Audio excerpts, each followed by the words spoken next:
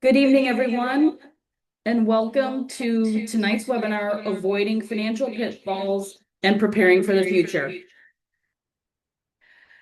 I am Chris Okowski, ASDA's Business Development Manager, and we are glad to have you join us today as we provide an interactive and informative presentation for you. During the session, we encourage you to submit questions via the Q&A feature. Our presenter is eager to answer your questions and help you understand more about creating healthy financial habits now to ensure a successful future. We'd like to thank Panacea Financial as the sponsor of tonight's programming and for their continued support as an ASDA member benefit provider. I would now like to introduce our presenter, Dr. Ned Palmer. Dr. Palmer is the Chief Operating Officer and co-founder of Panacea Financial and a practicing physician in Boston. He attended Ross University School of Medicine in Dominica and then completed residency at the University of Cincinnati Medical Center and Cincinnati Children's Hospital. After residency, he completed a fellowship in global health along with a master's in public health at Harvard University. He is now working as a hospitalist at Boston Children's Hospital and is on faculty at Harvard Medical School. As the co-founder of a national digital bank for doctors, he is acutely aware of the financial stress facing dentists and dental trainees. Welcome, Dr. Palmer. Thank you very much, Chris. I really appreciate that, and thank you to ASDA for having me. I love these opportunities to get to engage with the membership.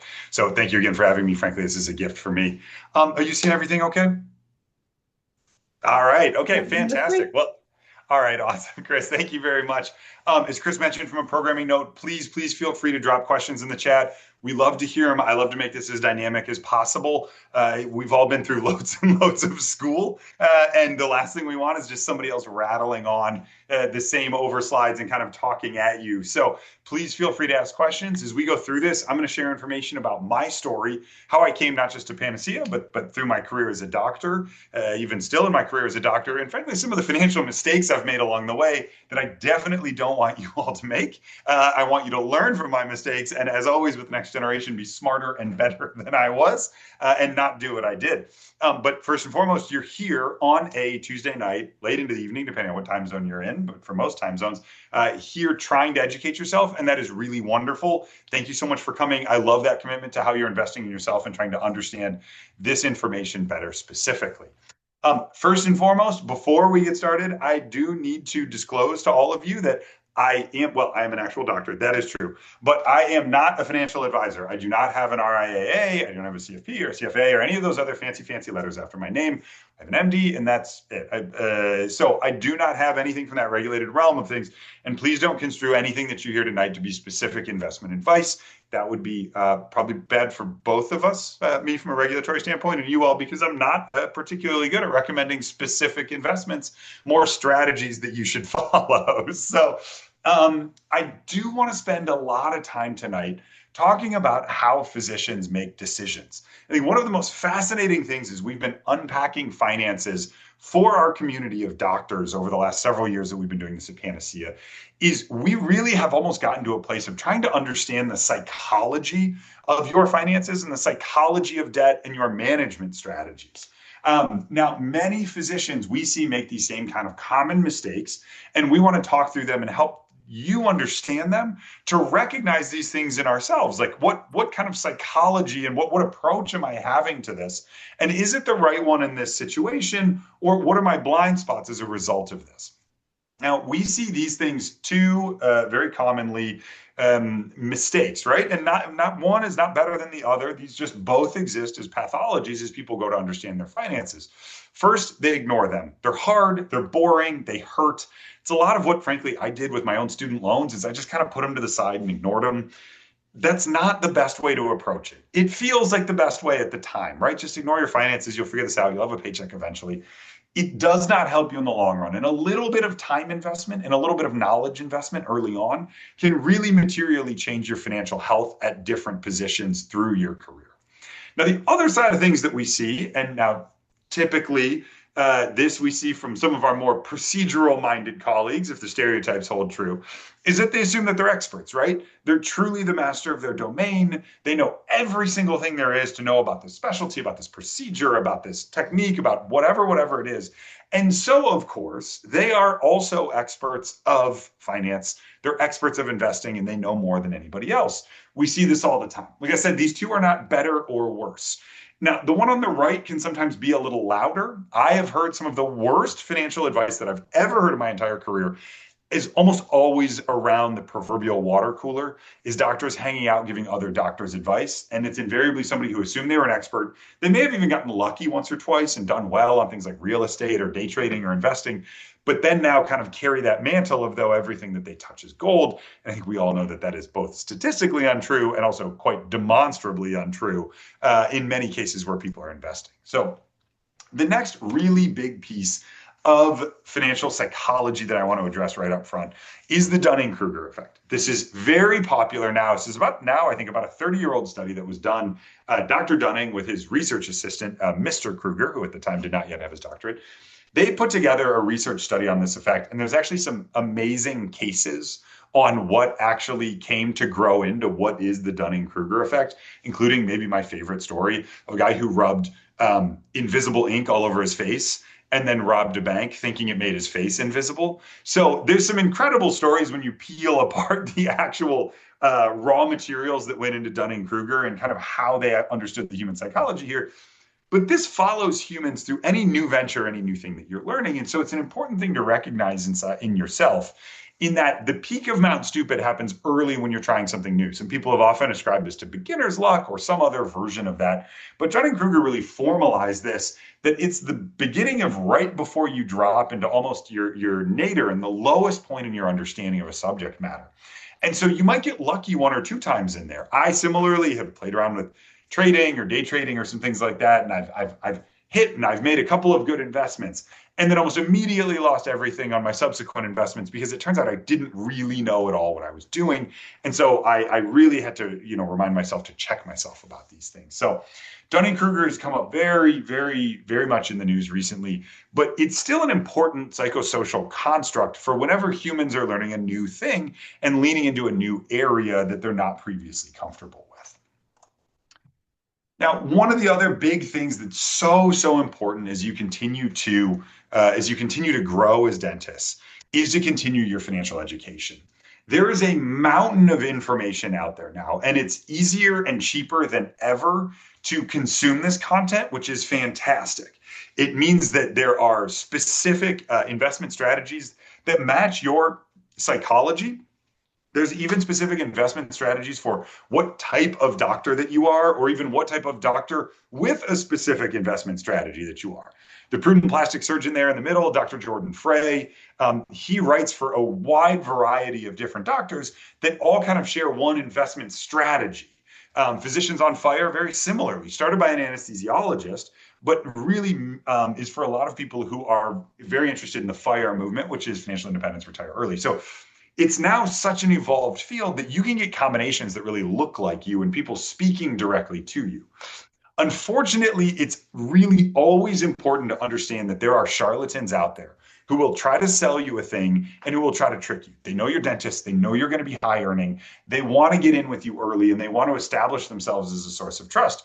So it's easier than ever for us to consume content and to learn things. It's also easier than ever for people to produce high quality content that gives us the implication that it is good and on its face is true. We all hold ourselves to a pretty rigorous academic standard that does not exist in the financial services sector. And what little did exist is now being stripped away even further with some regulatory changes.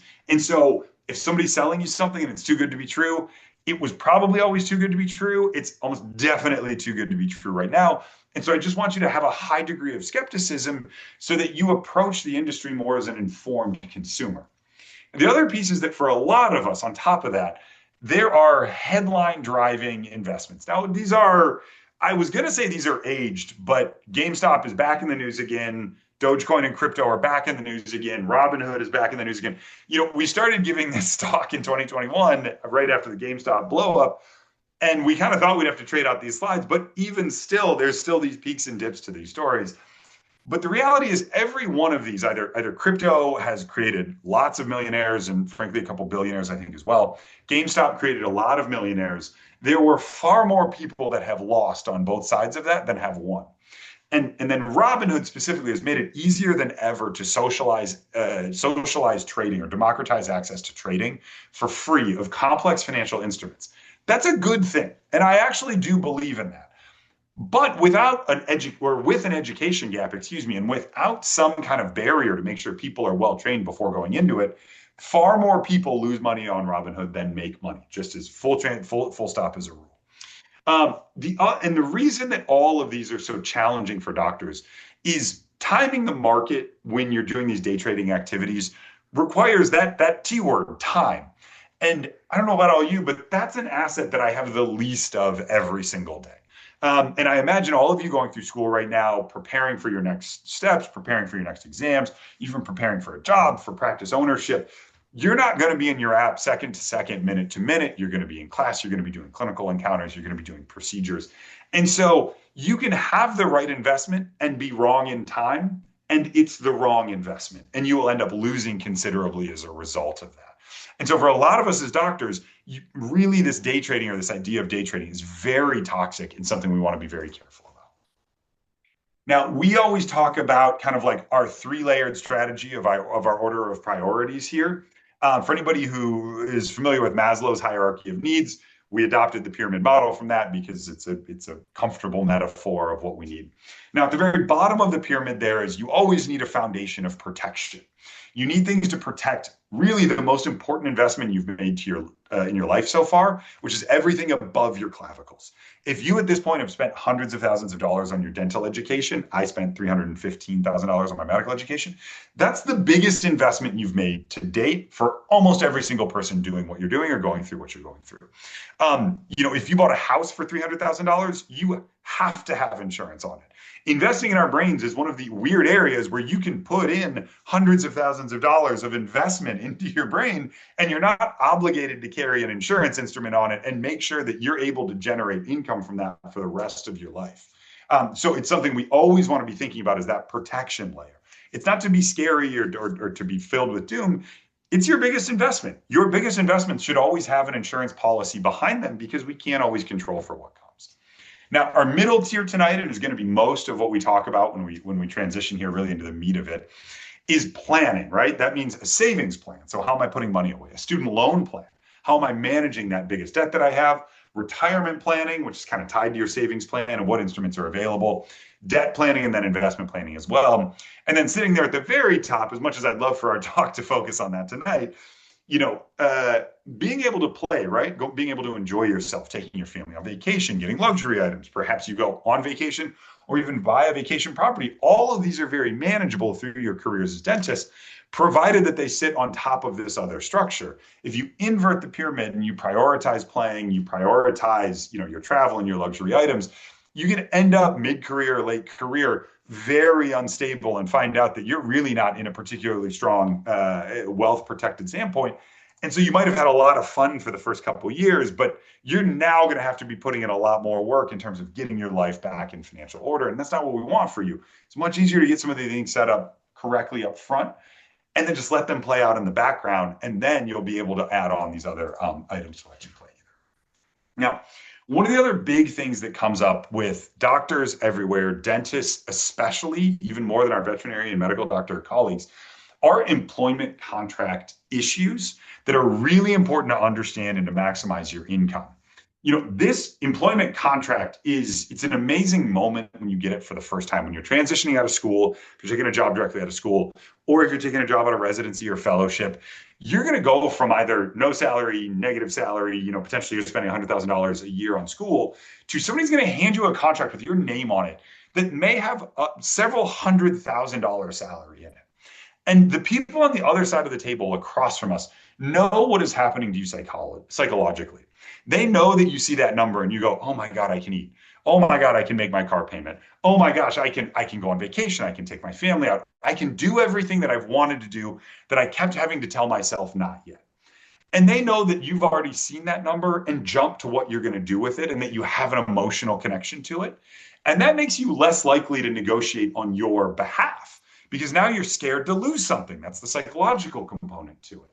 And so they know that sitting across from you. Invariably, we're sitting across from trained negotiators or people with considerably more negotiating experience than we have, right? Frankly, when I came out of med school, I had zero. When I came out of residency, still zero. When I came out of fellowship, still zero, because all those moments were applications, not negotiations. And so it's a totally different world that you now launch into, and there's a power imbalance shifted against you. So in your contract, the red flags that we want you to look out for, specifically to know what this means, because it really impacts your life, are you need to know term and termination, meaning if they fire me, am I also allowed to quit for the same reasons? Oftentimes, they're allowed to fire you, and you're not allowed to quit. Totally asymmetric, and you need to know that. Restrictive covenants, right? This could be something like you're not allowed to take a patient panel with you, or you are locked out for 365 days from seeing any patient from the clinic you left. Maybe it's a 50-mile exclusion on practicing dentistry in that same area. But these restrictive covenants can have a huge impact, not on this job, but what comes next. And they're important, and employers will hold them and use them against you. Now, risk, a lot of this has to do with malpractice, insurance. Who's the bag holder here? So if you're a 1099 associate, perhaps you're responsible for going and getting your own malpractice insurance. Maybe you are, maybe you're not. But in either case, you need to know whether that is a benefit that's provided to you, or if that's something you need to be paying for out of pocket, and whether the salary makes sense if you're also paying for that out of pocket. Duties, a lot of this has to do with like what is actually expected of you. We see so many doctors coming in on some version of a handshake deal to work with to be an associate somewhere. Oh yeah, like you'll do Monday, Tuesday, Wednesday, and I'll take Thursday, Friday. And almost immediately we find out that that's not true, that this was somebody who was retiring. They want you there nearly full time to take over their patient panel almost immediately. They're not planning on paying you much more. And so if it's not written down, they're not obligated to give you that, and you're not obligated to kind of put a line down and say, like, I'm not going to do more than that. Compensation, we're actually going to talk about more on the next slide because it is its own piece. Increasingly, compensation formulas have gotten so complicated, you need to kind of back out and understand what's actually happening at the practice or at the facility that you're working at to understand what's going on with compensation. And then, of course, benefits. If this is a handshake deal and somebody said, yeah, you'll get 30 days off a year, don't worry about it. Yeah, we do a 5% match on our 401k. We do X, Y, and Z. If it's not written down, they're not obligated to give it to you. And you unfortunately can't fight for that without really with any chance of success there. Now, here's a case example that we see all the time. Dr. Jones here is an AI image. He actually did a decent job, although that thumb is way too long. So clearly AI still hasn't figured out hands. Dr. Jones signed and received a salary initially of $250,000. And 1 year later, his paycheck was reduced down to $205,000. So he lost about 25% of his paycheck, 25% of his paycheck. Excuse me, 20% of his paycheck. And he remembers being told that he would be eligible for a bonus after year one based off productivity. And so 205 was his base salary, and he'd receive $45,000 guaranteed bonus in the first year. In the second year, he did not receive it. And tragically, that's because it was not written into the contract. He was told that was true. The practice started doing a little worse. The owner did not feel like he had the extra money to give out that year. And so totally incumbent upon himself, he cut Dr. Jones' expected bonus by 20%. And that had a material impact on Dr. Jones, who was frankly expecting another $40,000. If you took $40,000 away from me right now and I was expecting it, I would be in a world of hurt. So we see these things unfortunately happen all the time, especially around the compensation piece. So you can't rely on what you've been verbally told. You have to understand the structure, and you absolutely have to ask the right questions about the compensation to understand what's going on. And the right questions are going to depend on what compensation structure you're in. If you're in a guaranteed salary, that's great. We see this a lot of time for the associates our first couple years out. They're just like, look, we get it. You're just going to do as much as comes through the door and kind of lands in your chair, and you're going to do this for as long as you can. But after that, we're going to transition to some kind of productivity bonus or some blended version. So guarantee plus production, we see a lot in first years or even like after a couple years, which is there's a flat salary, but with a lot of throughput, you can increase what you're going to be able to get with productivity bonuses. Production only is one of the most complicated. Time-based there on the right is easy. If you work a shift, you get paid a shift. If you work an hour, you get paid an hour. Production only is one of the most complicated that has the most complicated questions. Because if you have no compensation guarantee, your take-home paycheck could absolutely be $0. We see this a lot because it often means there's no cap on the upside. Production, you're going to ask yourself, like, why would anybody take production only? In a highly performing, highly productive clinic, production only is often a way to make the most money. The trade-off is again, zero guarantee. And so you're not necessarily in charge of your own marketing or sales or the aspect that goes out and gets patients that brings those and brings that into the clinic. And so if you're not responsible for that, for doing the work that's needed to be done to bring the patients in, you are now responsible from a salary and compensation standpoint. If that's not done correctly, and that there's not enough patients basically to be doing this production-based model on. So if you're in or seeing a production-based model, you need to see the throughput of the clinic over the last month, the last quarter, the last year, and the year before that. And you need to look at trends and make sure that you're at least steady in terms of like the patient throughput that's going on. Otherwise, you could be signing on to a place that their patients look great today, but the curve is going down and to the right, meaning they're losing patients every month. You lose salary every single month or salary opportunity every single month. Now, when we talk about our financial approaches to avoid pitfalls, we're simplifiers. My co-founding partner, Dr. Jerkins, and I, we've been doing this for a long time. We fight and we argue over these materials all the time because, frankly, we're both teachers, and that's a good way for us to pick a fight.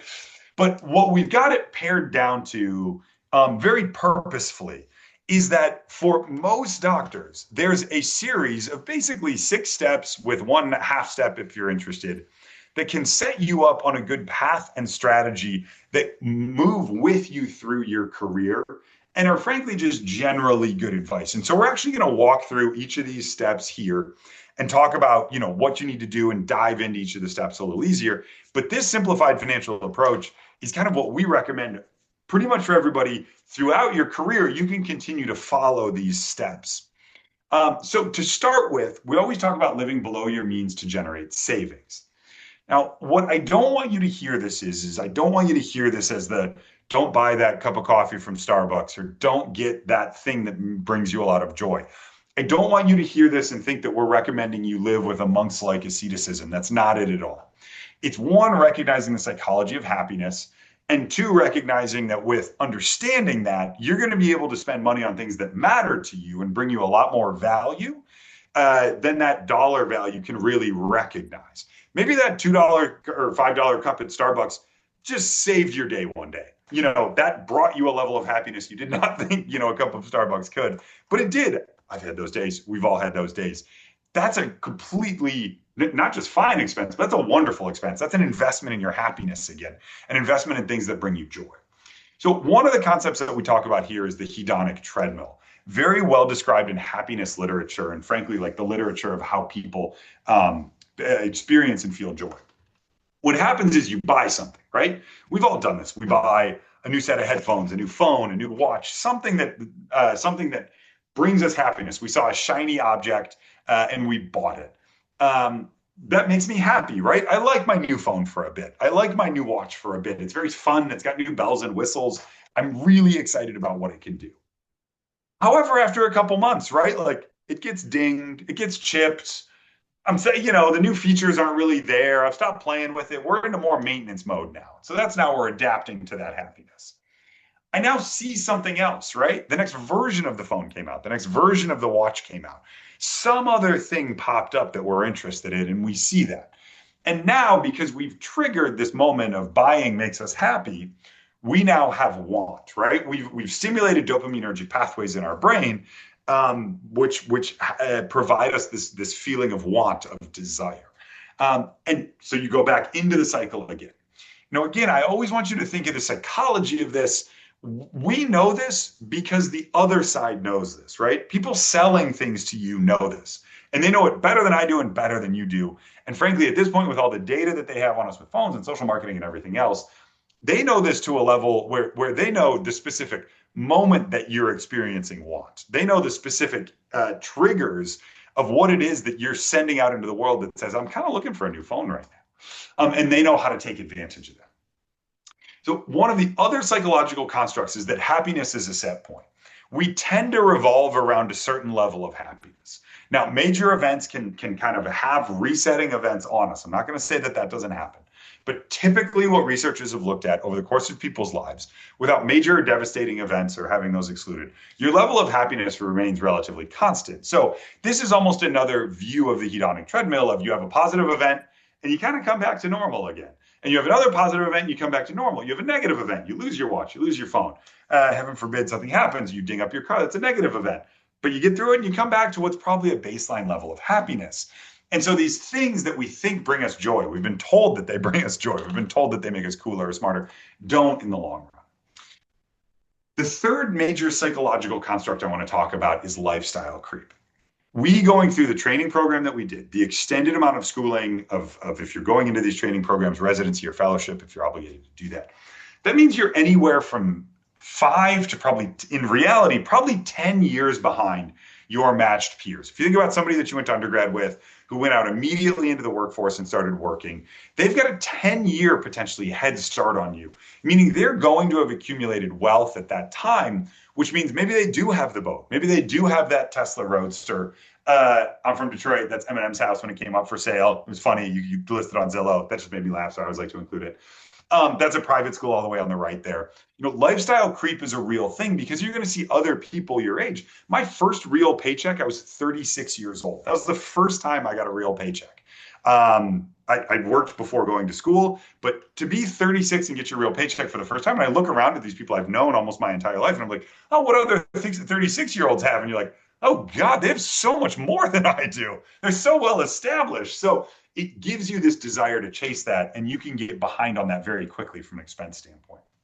Now, from a resources standpoint, please don't take my word for it. I am not a financial advisor. I'm just a doctor. There is an immense amount of research into happiness, into what is a good life. This is now, it left, I think, a lot of initially a pseudoscience realm, which had some decent foundations to it, but there's now actually some really interesting, like, academically driven data on happiness. These are two books that we like and recommend that inform a lot of the psychology of happiness. And of course, purchasing patterns and finances are baked right into those things. Now, to talk through lifestyle creep and why it's so important, it's because what we see often happens is we see a doctor who comes out and one of their first contracts, they're making $225,000 a year. We mentioned Dr. Jones making $250,000. And somehow, without an unreasonable amount of spending, they are now underwater and are somehow out of money still. So if we run through this very quickly, like your income and FICA taxes just are taken right off the top. This is somebody with $200,000. They're in an IDR plan, but they're mismanaging it. They're spending $36,000 a year on their student loans.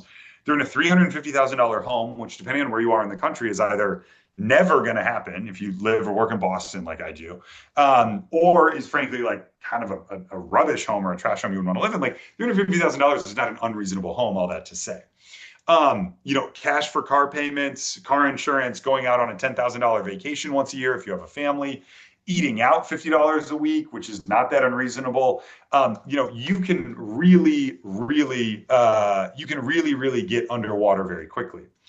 Now, if you switch some of these things over and you take that $250,000 and you immediately take 20% retirement off of it and funnel that aside, you actually save yourself a massive amount of taxes.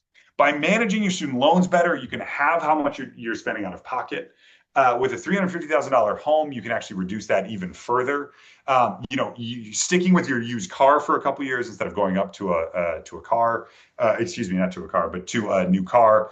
Maintaining public school. There's just some things that you can do that are very reasonable that you can have a cash swing of upwards of $65,000 just with better cash management. Again, you'll see there's still money here for vacations. There's still money here for going out to eat. There's money here for the things that are important in your life. And most importantly, savings and retirement so that you have a little cash set aside. And on top of that, you'll end the year with $62,000 extra, which is fantastic. So the basics of money management are really these three things. You need to build an emergency fund. You need to save at least 20% of your gross salary if you can, and then set a budget and stick to it. Now, look, when I was in your place as students, I hated this advice. I was so far away from feeling like I was making money that it just frankly felt offensive. I totally understand that. This is about you understanding what the habits are. So when your first dollars start to come through, you just understand what are a basic yardstick to get started from, right? Like, because often, you get your first paycheck, either as an associate, maybe as a resident or trainee, and you're just like, now what? I have a little extra. Where does it go? And I think about this as like a tier. So you want an emergency fund, which means 3 to 6 months in cash, preferably a high yield savings account so you can tap it if you need it. Once you build that up, then you start putting away your 20% of your salary and making sure that that's getting funneled off. We'll talk about where that goes.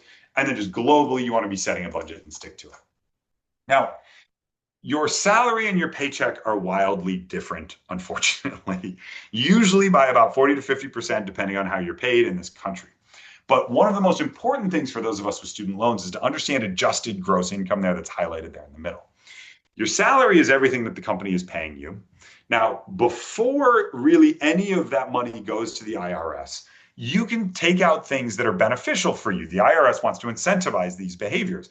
They want to incentivize your saving with a 401k or 403b. They want to incentivize your contribution to a health savings account. That's good for you. It's good for the economy. They want those things.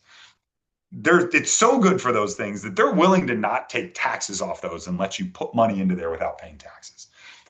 That, after you remove your pre-tax contributions, that's your adjusted gross income. And that's how the student loan industry will determine what your payment is from an income-driven repayment standpoint. Now, your taxes follow, and your taxes are the major part that take anywhere from 35 to 40% out of what your overall salary is. And then your paycheck is what follows. So you can get really good at-home calculators now. As soon as you get a contract, you can try to figure out what your actual take-home pay is going to be. It's really important to understand from your employer in the negotiation process, how often do you get paid? Do you get paid every 2 weeks? Or do you get paid 2 times a month? Or do you get paid once a month? That ability to manage your cash flow, especially early on with your first couple of paychecks, is going to be really, really important. Now, a student loan strategy, it's really important to understand if you want to pay this off as quickly as possible, or do you want as much forgiveness as possible, and will you even qualify? So there's 3 basic repayment options: our standard repayment, our graduated repayment, and our income-driven repayment. Our standard payment is very standard. You pay it off over some amount of time. It's like any other loan you've ever taken out. It's very high monthly payments. You're not going to have any amount forgiven. It is for some people some of the time, but it is not very commonly taken out by our dental colleagues. Graduated repayment is something similar. You will pay the entire loan off, so it does not work if you're going for forgiveness. What they do is over time, every 2 years, they increase how much you pay them until it's paid off. Now, income-driven repayment is its own popular topic to talk about because there have been more changes in income-driven repayment in the last 2 years than there have been, I think, in the last 15 or 20. So income-driven repayment is one of the most important opportunities that you have for forgiveness. And what it does is they look at your income and determine how much you're going to repay of your loans over a certain period of time. And there's 2 ways to get forgiveness. One is public service loan forgiveness. This requires 10 years of qualifying service for an appropriate entity. Your forgiveness is tax-free, which is really, really important. And like I said, after 10 years or 120 payments, you're done and you're out and it's nullified and it's gone. Income-driven repayment forgiveness. Now, this is if you don't work for a qualifying employer. You would work for 20 to 25 years, and unfortunately, your forgiveness is taxable as income, meaning you're going to need to save a little bit on the side for your forgiveness. Again, both of these can be very popular and very commonly used by our dentistry colleagues. Public service loan forgiveness depends on who you're working for. If you're at an FQHC, if you're working for the VA, if you're working for a federal facility or military, you can often get access to these still. Income-driven repayment is good for just about everybody.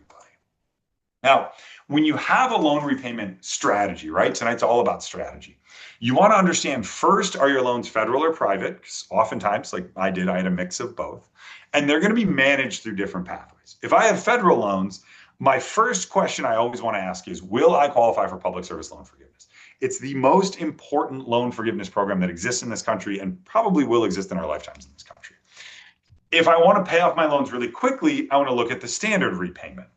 If I want to maximize forgiveness, but I don't qualify for public service loan forgiveness, I want to look into the income-driven repayment-based forgiveness to lower my monthly payments and manage my cash flow better. So some of this has to do, again, with your psychology of debt. Do you want to get out from the debt as quickly as possible, or do you want to be forgiven the most as possible? If you have private loans there, What you constantly want to be looking at is if you have any private loans is refinancing. As you go through school into work or training or even into more work, you are lower risk. And so you're able to go to the financial sector and say, hey, refinance these. I'm a lower risk. Give me a lower rate. And they will, and that will save you money over the life of your loan, which is very useful. Now, when it comes to starting your savings, you always want to prioritize your employer match. This is frankly some of the only true free money that's out there. Now, these are some of the structures that are out there. So 401k is if you're employed in the public sector. 403b is if you're employed in the public sector or at a not-for-profit. And then a solo or SEP 401k is for if you're being paid 1099 or self-employed by in any way. All three of them, the employee contribution is 23,500. That changes year over year. But one of the most important things is that many 401k, 403b, and even solo 401k providers, they often match your contribution up to a fraction of your salary. And that truly is free money towards your retirement. You don't get that money unless you have put your own chunk in.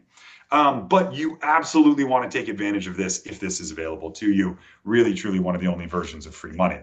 So as we talked about before with adjusted gross income, 401k and 403b reduce your overall taxable burden, which is really, really useful to you. The more money that you're putting away, you're investing in your future, in your retirement.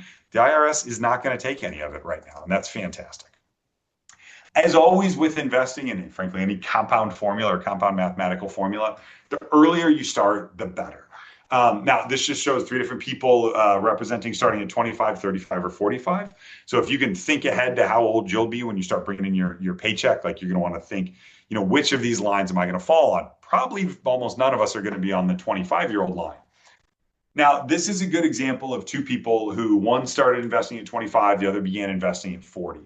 Now, I always used to hate these slides. I'm not going to lie. They always made me feel, again, like I was behind the times. And that's because I was misunderstanding what they were saying. What these slides are saying are, whenever you start, it's really important to recognize that if you're delayed in your start, the best way to close the gap is early on. Because later on these curves have separated so much. You can't make up ground at 60 nearly as effectively as you can at 35, 40, 45. And so if you are starting late, just know that it's more valuable to you to put money away early and take advantage of the beauty that is compound investing. And maybe you can jump from the green line up to the blue line and be perfectly set after a couple years of more stringent investing. Paying off high interest debt is another area where we really want to see you prioritize what matters the most to you in terms of your debt consolidation. And here's three different debt prioritization strategies.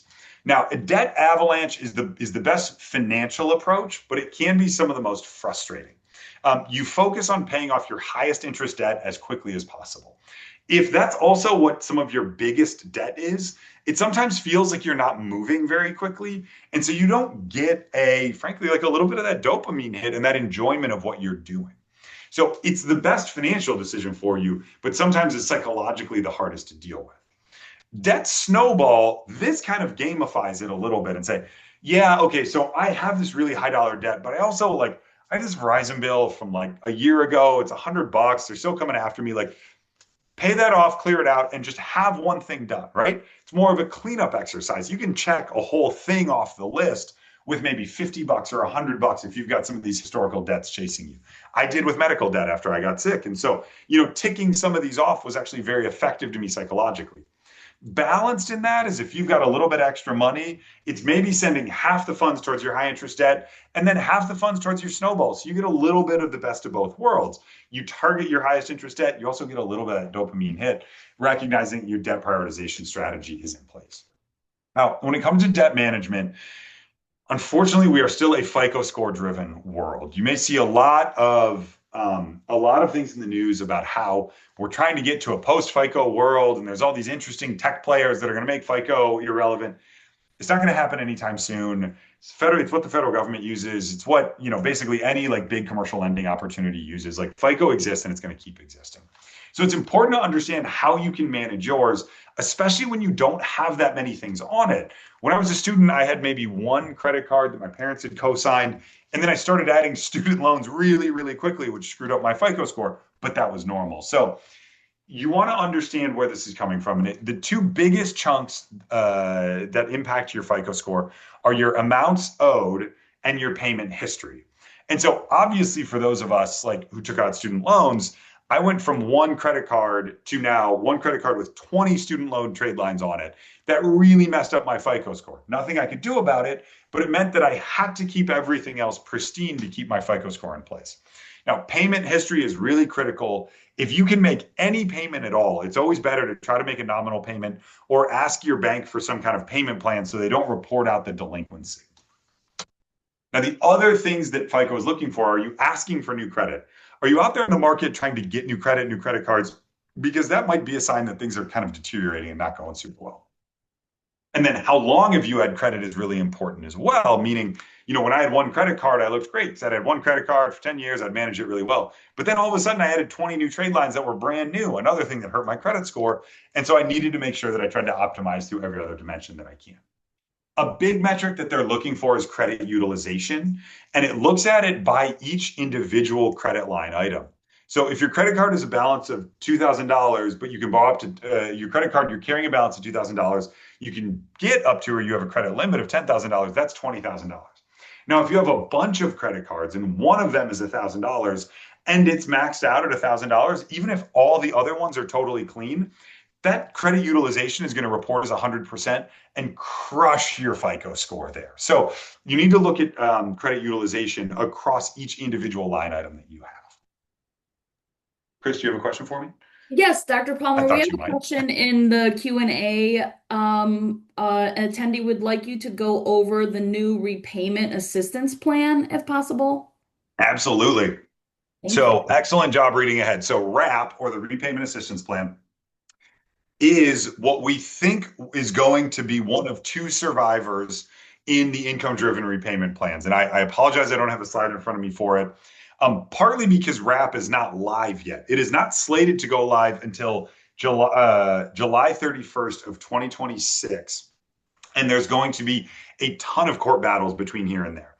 If it survives those court battles, RAP is going to be 10% of your discretionary income, which is one of the lowest plans out there in terms of your out-of-pocket monthly cash expenses. And most importantly, it's going to have a way of subsidizing your interest.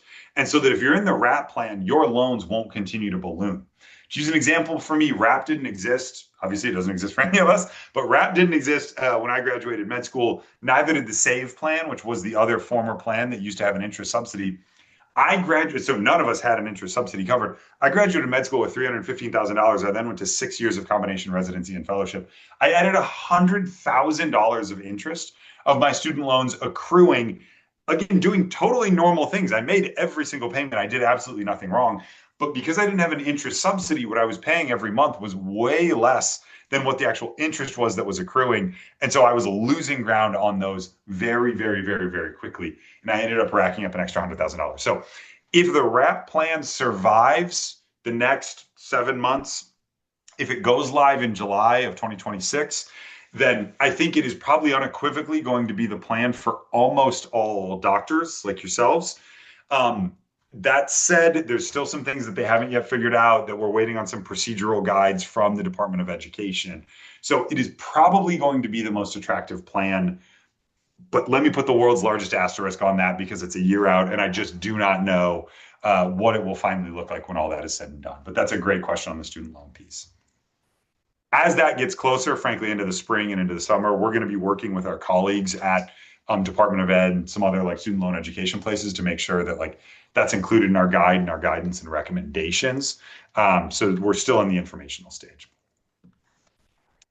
Now, a question we get all the time is for low interest debt. We just talked about managing low interest debt, but what about your mortgages, right? This is an exciting thing. A lot of us, we've graduated school or we're getting out of school.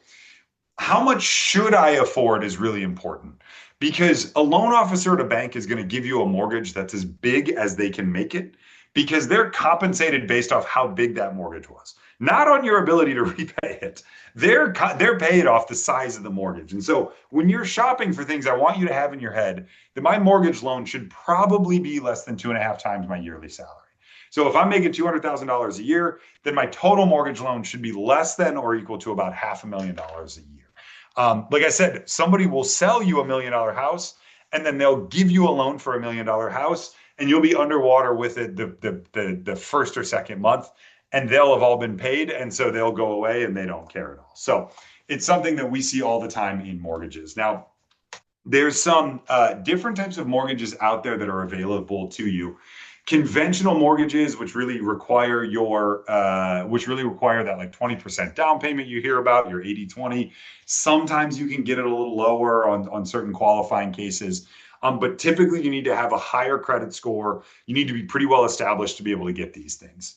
If you're eligible for a government issued loan, either an FHA or a VA, which a lot of people actually are able to qualify for, there's some actual great programs out there that support early career doctors through the FHA, just because we fit a certain mold of other groups that have done long-term training. That can help open up the credit box a little bit and get you into the right home for you. Now, if you're looking for a jumbo loan, and this criteria changes depending on where you are in the country, this requires even more, right? They're going to expect more income out of you, a higher credit score, a higher credit profile. And then lastly, doctor mortgages, which we hear a lot of questions about. You can get a doctor mortgage. You can get a doctor mortgage for 0% down, meaning you can truly put no money down. I got one of these before. I put zero money down. They let me move into the house, even though the bank owned 100% of the house. So if you think about your down payment, it's how much you own of the house, and then the bank owns the rest. So I got to move in. Luckily, well, the bank still owned 100% of it, and I paid it off. Most notably, you don't have to pay for private mortgage insurance, which pays you considerably, or which saves you considerably. Just doctors are seen to be really good borrowers, and so that's something that they give to you. Your interest rate typically requires a little bit higher because the bank is taking on more risk. Your interest rate is going to be a little bit higher, and then your FICO scores are going to be a little bit higher as well. But these can be great products for you. Pretty much everywhere in the country has a doctor loan or a white coat loan program available, and we're really, frankly, a big fan of those. And then last, but certainly not least, is this is kind of our sixth and a half of like, maintaining a plan and seeing a plan through. Now, if you are maintaining a plan, what we like are the Bogglehead plan. This is by the founder from Vanguard, who did some Nobel Prize winning research in, individual investing. And it's very simple. And what he found was over and over again is complexity, frankly, is the enemy. Diversity in your investments is good, but complexity and needless complexity is risk without return. And so creating a plan is meant to, have you diversify, make sure you're not all looking at the tech sector or the travel sector or certainly the health sector, because these things can move just up or down altogether. And if you're all in one place, that can be a problem. At the same time, you really want to keep it simple. You want to use index funds as much as possible, and you want to minimize your tax and your expenses associated with these investments. And then really, I'll go back to one of those slides we presented at the very beginning, is to maintain that plan and stay the course. Don't get distracted by Doge. Don't get distracted by GameStop. Don't let Robinhood and those flashy, shiny messages really, kind of get in front of you and distract you and trick you into going back to the gambling side of things. Setting a relatively simple plan that's well diversified and maintaining it over a decade, 2 decades, 3 decades is invariably better performing than people who do a lot of day trading or individual investing. So I want to thank you all for coming to this tonight. Again, thank you, Chris, Linda, and Asda for hosting me. I wanted to stop and see, are there any other questions, comments, anything else? We do have one question, Dr. Palmer, from a student asking, any advice as a student on investing or making money while in school? Sure. So I think there's potentially two questions in there on making money well in school. So if you are making money while in school, maybe you're working a side hustle, maybe you're moonlighting. I moonlit all through my training, sometimes as a doctor, sometimes waiting tables. Like I did all kinds of different stuff. You want to make sure that money is initially there in that, you're building your rainy day fund, you're starting to put away your savings. If you have enough to actually invest, what, really are some good stable investments, and you've already built up your rainy day fund. If you have 401k or 403b, you've already maximized everything, like all that normal stuff. What Frankly, the highest performing instruments have been over the last 10 years are index funds with either a target date, which are great, meaning you can say, like, what year do I want to retire? It's a fun exercise. It's 2025. You're going through school now. Maybe you're going to say, look, I want to do 25 years and out. That's a heck of a career. And I'll still be young. I'll still have my youth. I'll be able to do some things. So I want to get a target date fund that matures in 2050. And so that's a self-balancing fund that over time, early on, will take on more risk, hopefully higher returns. And later on, as you get closer to that, it takes on less risk, right? Because that's not what you want. You don't want, risk right before you're about to buy that motorhome and go on, permanent retirement. So target date index funds are very popular. The other thing that you can do is invest directly in the market.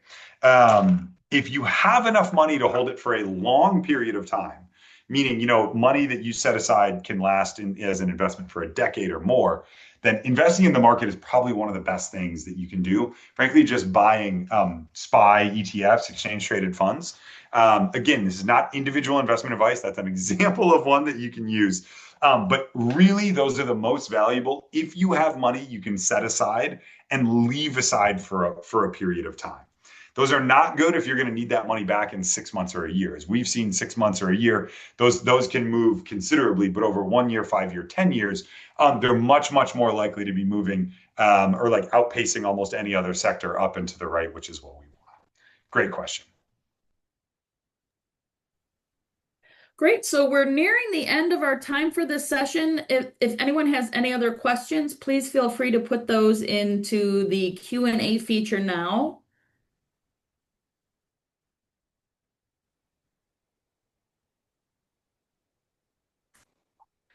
All right. On behalf of ASDA, we'd like to thank you for participating in this webinar. And of course, thank you to Dr. Palmer and to Panacea Financial. We appreciate your continued support of ASDA as a ASDA member benefit provider. And more information can be found about Panacea on our website under our deals and offers page. So please make sure you check that out for Panacea Financial and Panacea Legal.